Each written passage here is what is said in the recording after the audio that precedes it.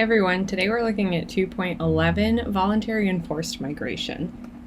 So our tidbit of the day is that an Egyptian pharaoh, Pepi II, once lathered his slaves in honey to keep bugs away from himself. This is not the guy you want to work for. So our learning objective today is to describe types of forced and voluntary migration. And we're looking at things like forced migrations, including slavery and events that produce refugees, internally displaced persons, and asylum seekers, while types of voluntary migration includes transnational, transhumance, internal, chain, step, guest workers, and rural to urban, among others. A few terms we want to know today. Voluntary migration is migration based on choice. Even a crummy choice is still a choice. Forced migration is migration in which the people are compelled to move for economic, political, environmental, or cultural reasons. Essentially, your choice is to not be able to survive or to leave. So it really isn't a choice. International migration is migration from one country to another. Transnational migration is an international migration where the migrants retain strong cultural, emotional, and financial ties to the country of origin. Friction of distance is the idea that the longer a journey is, the more time, effort, and money it will cost or involve. Internal migration is migration within a single country. Okay, so first looking at voluntary migration. There are a whole lot of reasons why a person might choose to migrate, but the number one reason is economic opportunity. This could include things like finding a job, cheaper cost of living,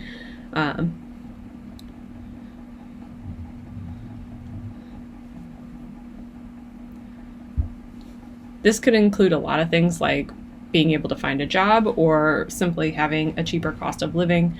But number one reason, economic opportunity. Some push factors we might see here are things like joblessness, drought, it's far from family, a whole bunch of other things. Pull factors might include more jobs, better pay, a temperate climate, again, a whole lot of things. Whatever the reasons are for this migration, the benefits are outweighing the costs of migrating. So migrating is always difficult to some extent, whether that's physically or psychologically, but in this case, the benefits are outweighing the costs. International migration, again, we are crossing international borders. It's difficult, it presents a whole lot of new challenges to migrants. We have distance, we have legality, we have culture. People are entering this new place. They might not speak the language. They have to have a passport to do it legally. They probably have to have some type of documentation beyond just that passport to allow them to live in that country. That's very difficult. The U.S. has the largest immigrant population in the entire world. In 2007, we had 50 million immigrants in the U.S. Most of them in 2017, sorry, I think I just said 2007, but 2017, most of them in 2017 were Asians. The U.S. has the largest immigrant population in the world. In 2017, we had approximately 50 million immigrants. 41% of those were from Asia. Most of them are from China and India. Remember, those are our two largest countries by far by population, so it makes sense that we get most people from there. From 20 to 2019, 30% had a college degree, but that changed from 2010 to 2017, and it rose to 45% with a college degree. More people emigrate from semi-periphery and periphery countries than from core countries. So most of the time, if we are traveling across national borders, it's because we are leaving a periphery or a semi-periphery country. So with international migration, we have three major flows today. It's Latin America to North America, Southwest Asia to Europe, and Asia to North America. With transnational With transnational migrations, we have three major flows today: Latin America to North America, Southwest Asia to Europe, and Asia to North America. Essentially, transnational migrants live in two cultures. So we're talking about people who retain very strong ties home and in the new place. Often they send home remittances. Remittances is money that we send home to help support the family. They use technology like social media to keep in close contact with their families and friends, and they may visit home very often. Chain migration is often a part of international migration. So migration is very, very expensive. It's difficult, especially when it's international. And what we often see is that people who are leaving, people who want to leave their home country, will often move to a new place because others from their community have previously migrated there. This is where we end up with things like ethnic communities, Chinatown, Little Italy, stuff like that, because they're collecting together for familiarity. People who speak the same language, who share the same culture, eat the same foods, practice the same religion, all collect together because it creates a sense of familiarity. It makes them more comfortable in that new place, and it feels like home. Usually they have similar reasons for leaving. So whether it was to start that new life, for economic reasons, for political reasons, whatever it happens to be, it's usually pretty similar. One big example of this was with the Irish potato famine that went from 1845 to 1849. So we have a whole lot of Irish immigrants coming into cities like Boston, New York, and Chicago. What this is setting up is that later Irish immigrants who are leaving Ireland for whatever reason, from lack of political rights by the British, from religious persecution, for being Catholic, whatever it happens to be, they are going to go to these cities because there are already high numbers of Irish people there. And it feels familiar, it feels comfortable. And if you are familiar with American history, and particularly with Irish American history, the Irish were often discriminated against heavily. So when they move to these new places, they're moving near to people who are similar to them, who they share cultural traits with, who they may know or are related to. That way, at least when you face discrimination, you face it with someone you know, someone who can commiserate. And because of these high numbers of Irish immigrants with this chain migration in the 19th century in particular, many U.S. citizens claim Irish heritage today. There are higher numbers of Irish Americans than there are Irish citizens. Similar to this, we have something called step migration. So according to Ravenstein, remember him from last time, he said that long distance migrations often occur in steps. Again, migration is very difficult. It's very expensive. It's hard to do in one swoop.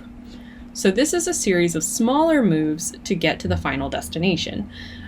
Financial resources are often very limited, so it's hard to go all at once. And we can see a couple of things happening in here.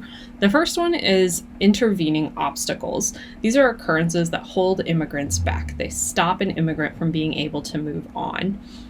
The second one is something similar, but a little bit more by choice, and these are called intervening opportunities. These are occurrences that cause an immigrant to pause their journey by choice. So an obstacle, it's stopping you.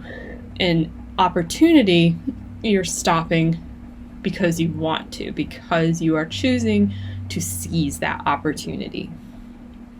It could be something like a job. Then we have guest workers. So guest workers are intended non-permanent migrants. They are going to a new place to be temporary laborers. This is pretty similar to step migration. We often see it in little stages. They will send back money, the remittances. And we've seen a whole lot of cases in this throughout history. So a couple of really well-known ones, the Bracero program for Mexicans. We brought Mexicans into the United States to do manual labor. So they tended to stay down near the border. They worked really hard. They would send money home. The goal was to go back home. You are not going there to stay there intentionally. Another well-known one is the Turkish workers after World War II in West Germany. So the infrastructure of Germany was pretty much entirely destroyed, and so we needed more people to help build it back. So they pulled in all of these temporary workers from Turkey and had them help rebuild the infrastructure. Then moving on to internal migration. So we were talking about international, now we're talking about internal. This is migration within a single country. It is much, much more common to migrate within a country than it is to migrate across borders. It's closer generally, it's cheaper, there's less legal hoops to jump through, you don't need passports. It tends to be much easier.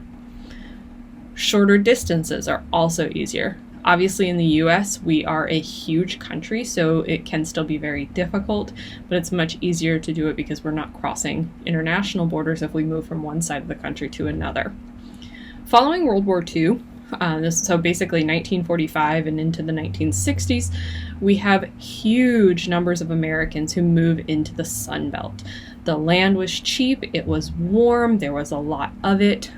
And because of this, one of the things that we see is that California becomes the most populous state by 1962. And if you guys look at this map, the red is the Sun Belt, warm, sunshiny part of the US.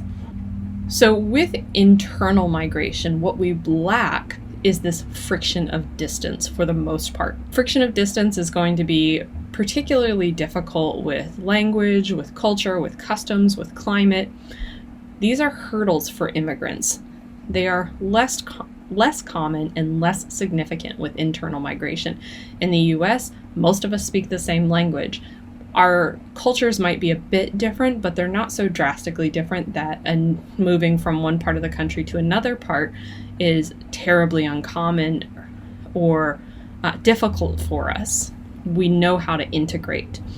Climate might be different, but often that's still a choice. It's not so bad. But if you move from Montana to Florida, it might be a little bit weird to try to get used to the heat and humidity, but that doesn't tend to be as difficult as trying to get used to a new language, new customs, new culture.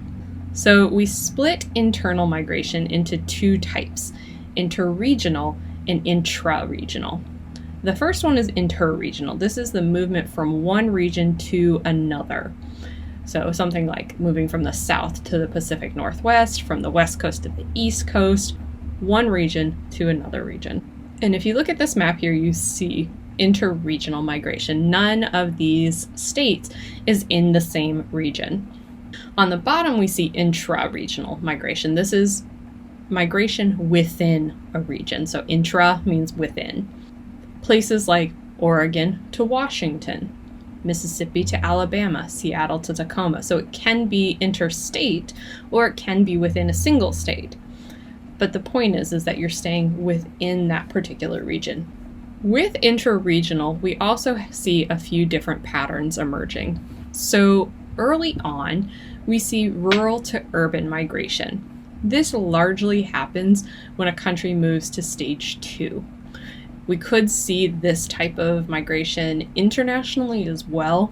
That would be fairly common with periphery or semi-periphery countries moving to core countries. But here we're talking about it intra-regionally. So going stage 2, this is people moving from farms to cities. They are moving to find work. At some point, you don't have a whole lot of farm work left, or you're not going to make any more money, so you go to the city to find a new job to make more money. The next step is urban to suburban. So we move rural to urban and then urban to suburban. This is in a stage 3 to 4 if we're talking international, or even just that regional development. People move from the cities to the suburbs for more space. This is often when they have children, when they're a little further along in their career, they can afford to commute because many times they're still working in the city. They just drive back and forth. And then we have urban to rural. This happens later stage, so 4 to 5. We're moving from cities back to very small towns or to rural areas for lifestyle. People want a slower pace, they want the simpler life, they're choosing to go back to that. This is also something known as counter-urbanization. It is countering this move to cities. Then we have another type of migration called transhumance. This is nomadism that involves moving herds from cooler, higher elevations in the summer in their pastures to warmer, lower ones in the winter. It could be international if national borders are crossed during seasonal movements. And with nomads, these generally are tribal communities. This is folk culture. This is not usually commonly done in popular culture. Moving on to forced migration. So there are many, many reasons why one might be forced to migrate. Whatever they are, they're extreme. This is all about push factors. Conflict, political upheaval, natural disaster, persecution, or enslavement. For whatever reason, there is an inability to safely remain in their homes. So we're first going to look at refugees and everything kind of related to that. A refugee is a person that is forced to leave their home country and cannot return for fear of persecution or death, generally because of ethnicity, religion, nationality, social group, or political opinion. Most refugees flee to nearby countries. Again, remember Ravenstein, most migrations are short distance. The same thing follows here. They have requested and received the right to asylum protection in the new country. This is a legally protected status, and that's really important. Those without that legally protected status are called asylum seekers, so they are seeking it. They want to gain the refugee status because of the legal protections. Refugee status is determined by the United Nations High Commissioner for Refugees, the UNHCR. They say this is what a refugee is, and then the countries essentially determine whether or not they are going to accept the refugees. Similar to refugees are internally displaced persons. This is essentially the same thing, but it's within their own home countries. There are no national borders crossed. And again, it's usually things like fleeing natural disasters, fleeing political upheaval or persecution, something very dangerous that's making it so they can no longer stay in their homes. One really important thing to note is that refugees, asylum seekers, and IDPs often have very significantly more difficult journeys than voluntary migrants. It's always difficult to travel, especially long distances, but with refugees, they're often fleeing violence or natural disaster that's very dangerous. They are usually unable to carry a lot with them because there's little or no planning time. They're not well equipped to carry a whole lot. It's usually what you can put on your back in a very short period of time, many times without access to a vehicle or some form of transportation beyond your own feet. The journey itself is generally very dangerous. So whether we're going through a jungle, whether we're going through literal battlefields, or through hot deserts over great bodies of water, it's very, very dangerous. And they often end up in harsh conditions like refugee camps for months or even years. Refugee camps are set up to house and protect refugees, but they're not home. They're not necessarily super well equipped, and they can often be a drain on the cities that they're close to because they're taking resources that the refugees need, but the people who live in the cities also need. In 2018, there were 2.3 million people driven from their homes for whatever reason, just in 2018 alone. This pushed the number of forcibly displaced persons up to approximately 71 million people worldwide. With forcibly displaced persons, so refugees, asylum seekers, IDPs, whatever, the goal is repatriation, so to return to the home country, to return home. The other big type of forced migration comes through human trafficking. The largest forced migration in history was the transatlantic slave trade. Over the course of 4 centuries, the 16th to the 19th century, there were 10 to 12 million men, women, and children forcibly enslaved and forced on ships from Africa to the Americas. This is not counting the offspring that they produced. This is only the ones who were physically captured and shipped across the world. Although slavery was outlawed in the United States more than 150 years ago, it still exists. And we call this human trafficking. So this is, by definition, the recruitment, transportation, harboring, and receipt of persons by improper means, which includes force, abduction, fraud, and coercion. In the United States alone, there are around 20,000 enslaved people. Across the world, there are millions. Where we often see human trafficking victims is in forced labor, domestic servitude, and sexual exploitation. So that's it for today. Again, our learning objective was to be able to describe types of forced and voluntary migration. And in your notebooks, I want you to do 3 things. So the first one is to explain the degree to which friction of distance might explain the decisions of Irish people considering chain migration in the late 1800s. Go back and rewatch, think about it, read your text if you don't remember or you're not sure. Secondly, compare internally displaced persons with refugees. Talk about it in more than just a sentence. You could do it in 1 sentence, but add to it. Be a little bit in depth. And then finally, identify 3 reasons, 1 each, political, social, and economic, why refugees flee their homelands. And that's it for today. So make sure that you go back and rewatch anything that you missed or need a little bit of rehearing on. Read in your textbook and let me know if you have any questions. Bye.